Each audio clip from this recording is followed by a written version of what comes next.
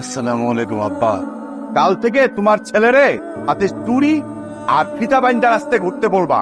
সামান্য একটা মেয়ে যাকে দিন দুপুরবেলা ঘোল খাওয়াতে পারে, সে তো পুরুষ নামে কলঙ্ক। এত উত্তেজিত হয়েও না তো। উত্তেজিত হবে না তো কি করব? আনন্দে বগল বাজাবো।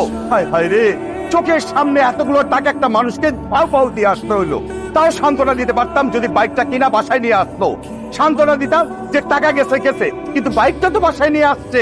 আমার ছেলে একটা শখ পূরণ হইছে। তোমার ছেলেকে বলবা, ও যতদিন টাকা রোজগার করতে না পারে, এই ক্ষমাটা, এই চেহারাটা যেন আমার সামনে না নিয়ে আসে, আমার চোখের সামনে যেন না পড়ে। বাবা, মন খারাপ করিস না। জানিসই তো তোর আব্বার একটু রাগটা বেশি, কিন্তু একবার ভাবে দেখ, এই লোকটার যদি কিছু একটা হয়ে যায়, এই সংসারটার কি অবস্থা হবে চিন্তা করছিস? তুমি আমার সাথে এমনটা কিভাবে করলা? তুমি তো এমন মেয়ে না, কিন্তু কোনো ঝামেলাতে পড়ছো। ওকে এসব কি পড়ছিস? ইহা একটি মুখোশ। আমারটা প্লাস্টিকের তৈরি, কিন্তু বিশ্বব্যাপী ইহা রাবারেরও তৈরি হয়ে থাকে, ইহা কাপড়েরও তৈরি হয়ে থাকে। বিশেষত এটা বানানো হয় বাচ্চাদের জন্য। বাচ্চারা এটাতে খেলাধুলা করে, কিন্তু বড়রাও ব্যবহার করে। বড়রা মাঝে মধ্যে এটা পরে দুষ্টুমি করে, কেউ কেউ ডাকাতি করে, আবার কেউ হচ্ছে মানুষকে ভয় দেখায়। চুপ কর। এটা কোনো নাট্যশালা না, এটা একটা ভদ্রলোকের বাড়ি। আমি জানি এটা ভদ্রলোকের বাড়ি। যে ভদ্রলোকের বাড়ি উনি গতকাল বলেছিলেন আমি যেন কখনো তাকে চেহারাটা না দেখাই, উনি হয়তো এখন ভুলে গেছেন। এটা খোল বাবা, খোল। এটা কেমন দেখাচ্ছে তোকে? চাকরি বা মৃত্যু ছাড়া আমার মুখ থেকে এই মুখোশ এখন কেউ সরাইতে পারবে না। মা, কেন খুলতে পারবি না কেন? তোর মুখের মধ্যে কেউ কি চুন কালিমা খাইয়ে দিছে? একজন শাহবালক সন্তানকে তার পিতা যখন বলে যে তুই কাজ করিস না, তুই কালকে থেকে আমার মুখ দেখাবি না, তখন আসলে আলাদাভাবে চুনকালি মাখার কি, সরি বলে চুনকালি বলে ফেলছি, চুনকালি মাখানোর কিছু নাই বাবা।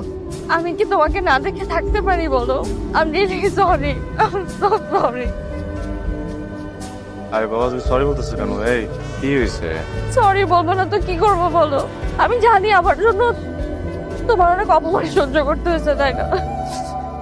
শোনো, তুমি যে বেঁচে আসছো না এটাই অনেক, বুঝছো? মানুষ যে কত খারাপ হতে পারে আমি না হারে হারে টের পাইছি এবার, জানো? অ্যাক্সিডেন্ট করে একটা মেয়ে রক্তাক্ত অবস্থায় রাস্তার মধ্যে পড়ে আছে। মানুষজন ওই মেয়ের মোবাইল, পার্টস, ওয়ালেট এগুলো নেওয়ার জন্য ব্যস্ত হয়ে গেছে, জানো? মানুষের কি মরার ভয় নাই?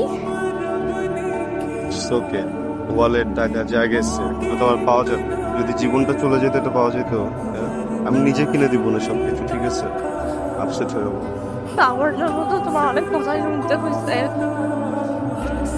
চাচ্ছ স্কুটি কিনে দিবে, প্রয়োজন ওরা নাম দিবে, আসলে কি ওরা তোমার কথা জানতোই না? আমি আমি তোমাকে বলছি, আমি তোমাকে একবার বলছি, টাকার কথা বলছি, স্কুটারের কথা বলছি, কেন বলতেছি এগুলো? হ্যাঁ, আমাকে তুমি বলো থেকে কেমন আছে? কেমন আছে দেখতেই তো পাচ্ছ। কাল সিটি স্ক্যানের রেজাল্ট পাবো, তারপর সবকিছুর ব্যাপারে বলতে পারবো। ব্যস্ত ব্যাপার, তুমি ঠিক হয়ে যাবে, কিচ্ছু হবে না।